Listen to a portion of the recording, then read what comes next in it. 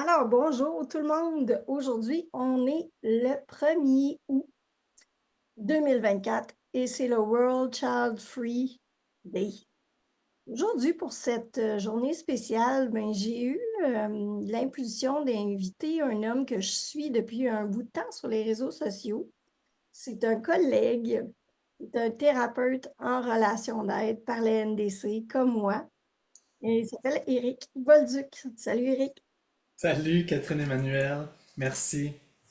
Ça fait grand plaisir de t'inviter aujourd'hui. Tu sais, dans le fond, moi, ce que je fais dans les entrevues, c'est que je vais à la rencontre d'humains qui m'inspirent, qui me fascinent, mais j'avoue qu'ils m'intriguent aussi. Donc, comme tu es un homme sans enfant par choix, ben, j'ai eu envie d'entendre ton histoire d'homme sans enfant par choix. Qu'est-ce qui t'a mené à faire ce choix-là? Dans un premier temps, j'aimerais ça qu'on parle de ça. Puis dans un deuxième temps, ben, c'est sûr que ça m'intéresse de savoir qu'est-ce qui t'a mené à être un thérapeute, avoir envie d'entreprendre le chemin quand même exigeant, ardu, mais passionnant, tu sais, de devenir thérapeute en relation d'aide parce que ça l'est. En tout cas, ça l'a été pour moi.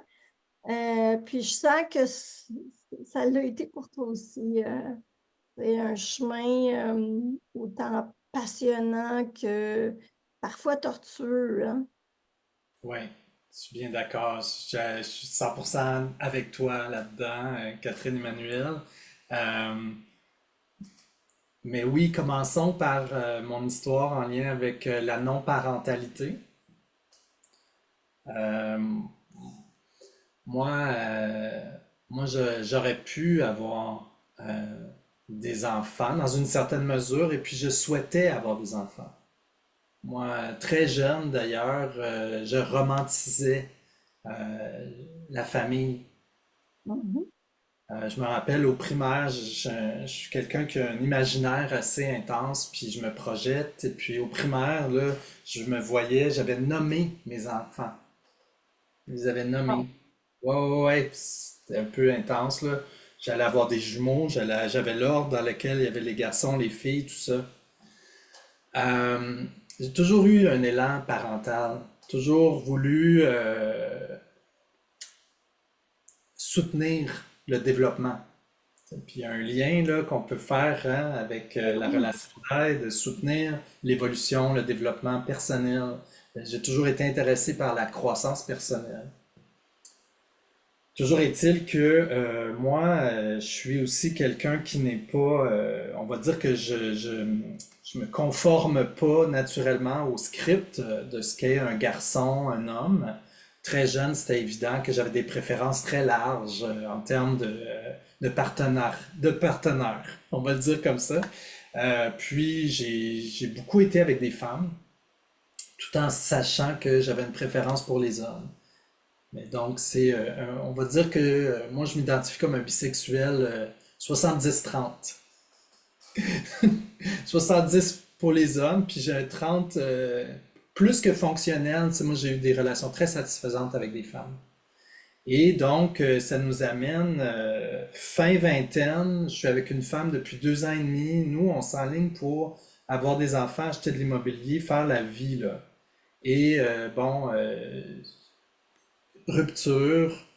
Ce projet-là va pas se concrétiser avec elle. Donc en partant, OK. Et c'est sûr que tout est possible, hein, surtout aujourd'hui ou presque.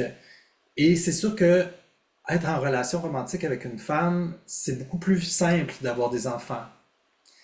En fait, même que ça, ça peut se faire du moment qu'on est un peu négligent, on va dire, là, c'est quelque chose qui est naturel. La nature fait en sorte que ça se fait tout Mm, seul. mm. Et tout ça pour dire que ça, c'est pas arrivé. Puis après cette relation-là, j'ai eu un long moment où j'étais dans une sorte de désert relationnel et même social. Donc, j'étais un peu aliéné là, mon environnement social avec cette rupture. C'est des choses qui arrivent, hein. Puis après un certain temps, j'ai pris mon courage à deux mains. Puis je me suis dit bon, mais tu sais, parce que j'avais déjà exploré des relations avec des hommes. Mais c'était plutôt des rapprochements plutôt que des relations. Mais là, j'avais envie d'avoir une relation avec un autre homme, de voir c'était quoi avoir un copain, d'être en relation romantique avec un autre homme. Et donc, j'ai réussi à faire ce changement-là, à faire ça. Puis, je me suis retrouvé assez rapidement avec la personne avec qui je suis encore aujourd'hui, après 19 ans. Puis, on s'est mariés l'automne dernier. Et donc, et lui, pas du tout enclin à avoir des enfants. Les enfants l'énervent, c'est pas du tout son truc. Puis, ça a été comme ça a créé de la friction parce que moi, j'avais une attente là, que, tu sais, que soit on puisse adopter éventuellement ou j'avais un désir vraiment là, dans la trentaine. Tu sais, on dit que pour les femmes, il y a le ticking clock, là, Ouais, mais ouais. moi j'en avais un aussi, puis je sentais une pression aussi. Cette pression-là, elle a été plutôt allégée quand mon frère et ma sœur eux-mêmes ont eu des enfants. J'avoue que moi, ça m'a enlevé une pression que je sentais là, inconsciente de fonder une famille, là, le fait d'avoir des neveux nièces, là, ça m'a enlevé quelque chose de poursuivre la lignée. C'est aussi basique que ça. C'était-tu une pression de, tu sais, je fais un petit hiatus, mais c'était-tu une pression plus sociétale ou une pression familiale? Je te dirais que peut-être que ça, c'est là de façon inconsciente, implicite, mais j'ai rien senti, j'ai rien. Non, c'est plutôt moi. C'est plutôt OK. moi dans un élan, disons, j'oserais dire quelque chose comme c'est comme un ADN spirituel. OK. De poursuivre, tu sais, de continuer à. Hey, moi, là, je suis le résultat de centaines de milliers de générations derrière Ouais, moi. ouais, ouais. Quelque chose de poursuivre ça, puis de transmettre. J'ai beaucoup d'élan de transmettre aussi, Ouais. moi. Puis, ouais. Fait que transmettre, aider quelqu'un dans le monde, tu sais, à exister, à trouver ses marques, tout ça. Moi, je voyais ça comme une mission de vie, là, en parallèle avec mes autres affaires, tu sais. Puis sans que ça soit mon projet principal, là, tu sais, j'étais pas obsédé à avoir une famille, mais c'était, je voulais pas, j'avais de la difficulté à lâcher prise là-dessus. Et au final, on n'en a pas eu, puis à un moment donné, on a vu que non, ça allait pas arriver ce projet-là. Fait qu'il y a eu une phase de deuil pour moi, là. Vraiment, de dire, regarde, t'auras pas ça. Ouais, ouais. Puis, puis autant que j'ai un élan parental, un élan de prendre soin, de soutenir l'autre, tout ça, autant que je suis très sensible et sensible à l'envahissement, sensible tout court. Fait que Hum, je pense que ça aurait été difficile pour moi. Puis en plus, je suis pas la personne, le pragmatisme, c'est pas ma plus grande force. Fait que tu sais, faut être pragmatique avec des enfants aussi. Faut que tu organises tout là. Puis, fait qu'au final, tu sais, petit à petit, j'ai commencé à voir tous les avantages, tu sais, tous les avantages et les bénéfices, puis le privilège. Puis après, mais là, je veux honorer ça dans le fond, puis utiliser cet espace-temps, utiliser cette liberté, on va le dire, le dégagement, de ne pas avoir cette charge pour faire autre chose. Tu sais. Puis c'est ça toute la mission de être thérapeute, conférencier, de toute la vie relationnelle, professionnelle. Quand tu dis avantages, là, quand tu as dit les avantages, là, tu t'es mis les mains dans le visage comme si c'était pas bien de dire qu'il y a des avantages, mais je sais pas, tu sais, je trouve ça super parlant ce moment-là pour moi. Puis tu le sais, hein, on travaille nous autres avec les observations objectives précises. Fait que là, tu t'es fait poigner dans le détour. Mais Ouais. non, mais ce que je veux dire, c'est que je ne sais pas si pour toi, c'est comme ça a été comme ça, mais pour moi, c'était très long avant de voir des avantages, puis de me laisser le droit de dire qu'il y avait des avantages, comme si j'avais pas, c'était pas acceptable socialement, qu'il fallait que je cache ça, puis la réalité, c'est que moi, ça m'a pris du temps carrément parce que j'en voyais pas davantage, parce que pour moi, c'était ça, je voulais à tout prix avoir des enfants, mais avec le temps, tu sais, je raconte souvent l'anecdote de je monte une montagne dans les Adirondacks, puis j'entends un enfant qui chiale avec une femme qui monte en arrière de moi. Et là, je me réveille, puis je regarde ça, puis je me dis dans ma tête, thank God que j'ai pas d'enfant. Hey! Première fois que je me dis ça, moi qui en voulais tant. Tu comprends? Mhm.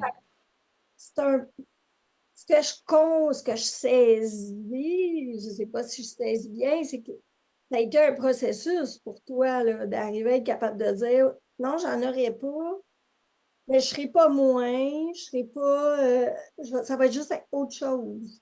Exactement. Ça se compare Oui. pas. C'est- Ça se C'est un compare autre destin, c'est une autre vie. pas à ça.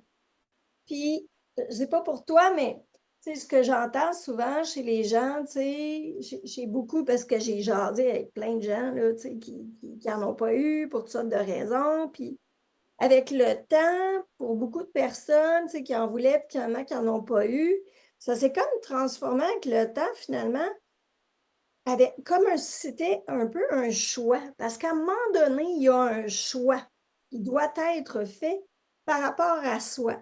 Est-ce que je choisis de m'apitoyer, d'être malheureux parce que j'ai pas d'enfant, ou à un moment donné, je fais comme, OK, là, j'ai pas d'enfant, puis tranquillement, je vais l'accepter, tu sais, je vais faire le deuil. Oui. Ça va se faire, ça va laisser la place à quelque chose d'autre, puis finalement, qui va devenir un choix qui fait qu'on est comme, étrangement, on peut être childless et child-free à la fois. Puis c'est pas qu'on est bipolaire ou fucké ou bizarre, mais ça montre juste que cette identité-là d'être son enfant, elle est complexe. Elle est pas noire ou blanche, mais plutôt Exact. grise pour beaucoup plus de gens qu'on le pense. Je sais pas si tu te retrouves dans ce que je te nomme les... Ben oui, tu sais, parce que il y a quelque chose justement, moi le deuil, c'est quelque chose de conscient. De dire, c'est quelque chose que c'était une aspiration, un désir, et au final, je, je, je, je constate que, OK, c'est pas ça qui va arriver. Donc, je me permets de ressentir un- une perte en Oui, lien avec mon désir oui, de parentalité. Et puis ça me permet ensuite d'être plus assumé oui, dans un choix implicite, on va dire. Tu sais, c'est de choisir effectivement la vie que j'ai oui, et d'assumer. Tu sais, c'est oui, vraiment un choix dans le sens que c'est assumer. Moi, je n'ai pas d'enfant et je n'en aurai pas. Donc, je reste pas en suspens. Il n'y a pas une partie de mon énergie qui dit, ah, mais peut-être qu'un jour, parce que, tu sais, il y avait toute l'idée de, on pourrait être famille d'accueil, on pourrait, justement, tu sais, accompagner des enfants sans les adopter, tout ça. À un moment donné, c'est comme, oui, mais est-ce que c'est vraiment ça que je souhaite? Puis la réponse, finalement, c'est non. Et la décision, pour moi, pour beaucoup de clients que j'accompagne, c'est beaucoup des gens qui sont en train de se poser la question, des femmes, est-ce que je prends la décision de continuer des traitements, d'adopter, d'être une famille d'accueil, ou je prends la décision de prendre un autre chemin? Et la décision est très difficile, à la fois difficile, mais primordiale pour être capable de continuer à avancer dans sa vie. Donc, tu rester dans l'ambivalence, rester dans peut-être bien que Ah ouais, ça, il y a pas une perte. vivable, là. Une perte d'énergie. Puis tu sais, moi j'ai envie de dire aussi que mes besoins de transmettre, mes besoins mes élans d'assister les personnes dans cette dimension-là, on va dire de parentalité, de figure d'autorité, parce que c'est ça un parent, Ouais, ben c'est sûr que je vois que je le fais par procuration, tu sais, avec ma clientèle. C'est ouais, ça mon rôle, d'être là, puis de soutenir, puis d'écouter, puis de soutenir le développement, soutenir la croissance, le cheminement de la personne, sans pour autant lui dire quoi faire, mais d'être une assise un peu, là, d'être... Ça, c'est pour moi, c'est un rôle de parent que je vis à travers la pratique avec mes clients. Sans pour autant, c'est sûr, c'est pas mes enfants, bien sûr, c'est pas du tout la même chose. Je vais pas dire que c'est la même chose. Puis encore, j'ai besoin aussi de nommer que moi, j'ai un respect énorme, incroyable pour l'œuvre que c'est sais, que ma soeur, mon frère, que quiconque a des enfants, je trouve que c'est admirable, il y a de l'abnégation là-dedans, il y a de la générosité là-dedans, c'est une œuvre. Puis, comme les enseignants ou d'autres types d'éducateurs, donc j'ai un très haut respect pour ces gens qui vont dévouer une partie de leur vie au développement des personnes. Ben oui, puis toi, t'as décidé de le channeler autrement. Donc, tu assistes, tu sais, dans ton rôle de thérapeute en relation d'aide, puis là, dans ton rôle de coach, tu es aussi coach en présence web. Ouais, Donc, ton objectif, tu sais, c'est d'accompagner, je pense, entre autres, les TRA pour les aider à être plus confiants dans par rapport au fait d'être visibles sur les réseaux sociaux. Sûrement que tu n'accompagnes pas juste des TRA, là, mais des entrepreneurs hein, qui, on le ouais. dit, hein, pour aller chercher des clients, mais ça nous prend une présence web. Ben, c'est souhaitable, en fait, mais ça doit être fait d'une manière authentique, puis sur mesure pour chacun d'entre nous, hein. Il n'y en a pas un qui le fait de la même façon parce qu'on est chacun des thérapeutes uniques, des personnes uniques. Fait que toi, tu accompagnes les gens dans ce champ d'expertise-là. Euh, Mhm. puis aussi, ce qui est important pour toi aussi, tu sais, c'est ton rôle de conférencier. Donc, tu prépares une. Veux-tu nous parler de la conférence? OK, OK, d'accord. Ben merci de nommer tout ça. Puis oui, l'accompagnement et tout. Puis la transmission, donc c'est ça, la conférence que je prépare cet automne, ça va être le 13 novembre. Ça va se donner au Centre de relations d'aide de Montréal. Et c'est vraiment à partir de mon vécu. C'est quelque chose que j'ai envie de transmettre à partir de comment moi j'ai transformé mes propres défensives. Est-ce que je les transforme? Oui, il y a une forme de transformation, mais surtout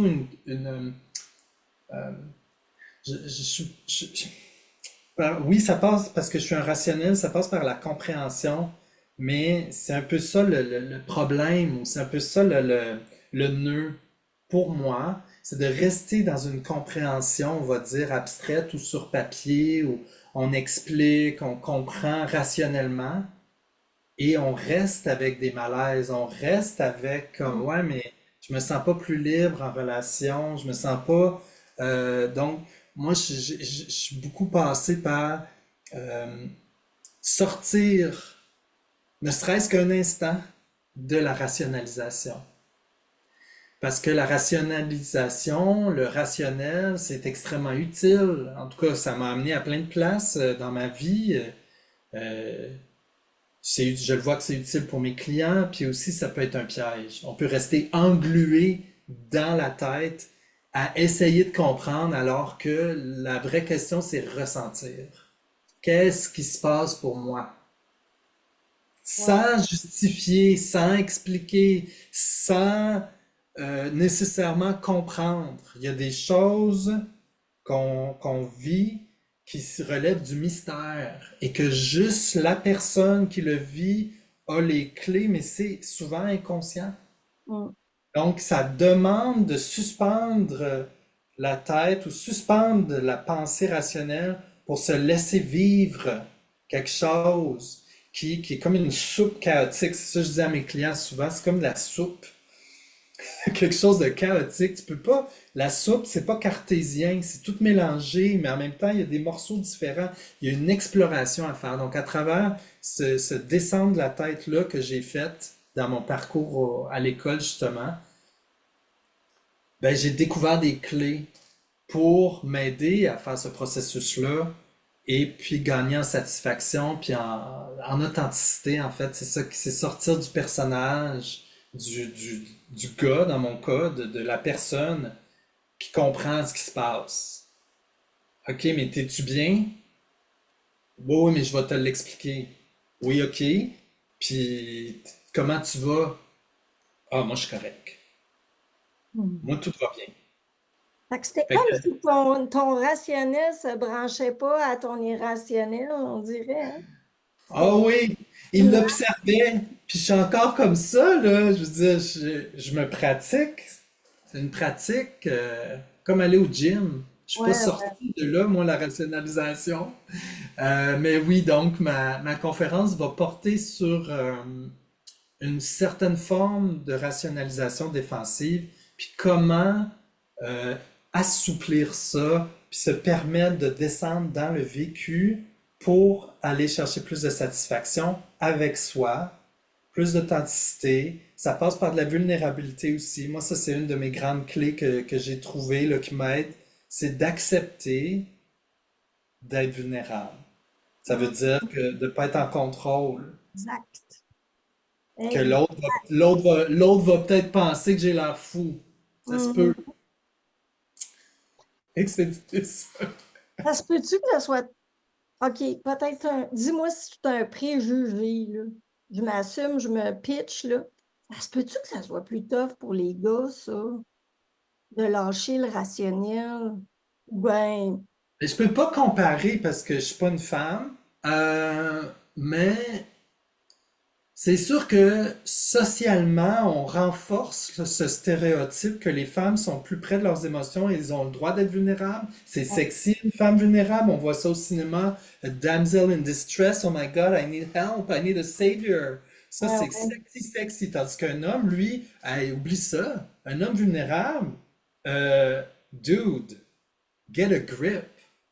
Ah, Parce que ce qu'on veut, c'est qu'il soit solide. Il représente la sécurité, il représente la personne qui soutient le cadre. Toi, t'en as pas de vulnérabilité, là.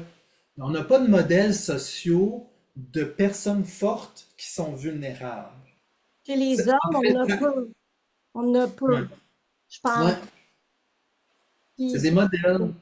tu sais, c'est ce que Anne-Cécile et Anne-Cécile Hartemann et Yvan Faneuf ont essayé de faire avec, je pense, avec leur colloque, tu sais, d'amener à laisser la place aux hommes pour se montrer davantage dans leur vulnérabilité, puis que l'équation, c'est pas vulnérabilité plus dévoilement égale faiblesse, tu sais, C'est pas de la fragilité. Il faut distinguer vulnérabilité, sensibilité et fragilité. Et quand bien même qu'on serait fragile, c'est ça. c'est un état, ça peut être une transition, c'est quelque chose d'humain, Exact.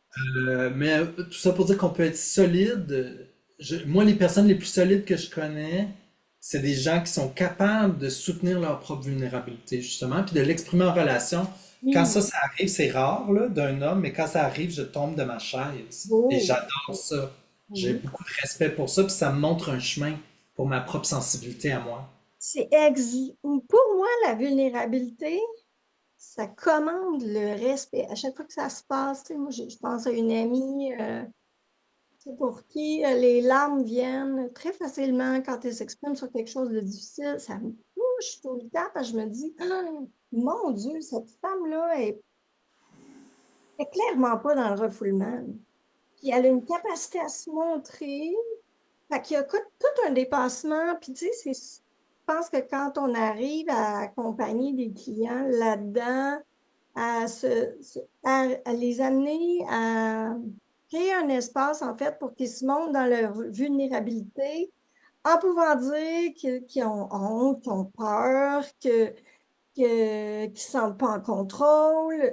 Pour moi, c'est le plus beau cadeau qu'on puisse offrir à un être humain, là. Personnellement, ben, tu sais, c'est ma Ouais. perspective de thérapeute, mais tu sais, que la personne se sente capable de se montrer dans des zones dont elle a honte, c'est précieux, là, tu sais, Oui, puis ça permet le travail parce que cette sécurité-là, relationnelle, au service de dire les vraies affaires, ouais. Ben oui, avouer ses propres sentiments.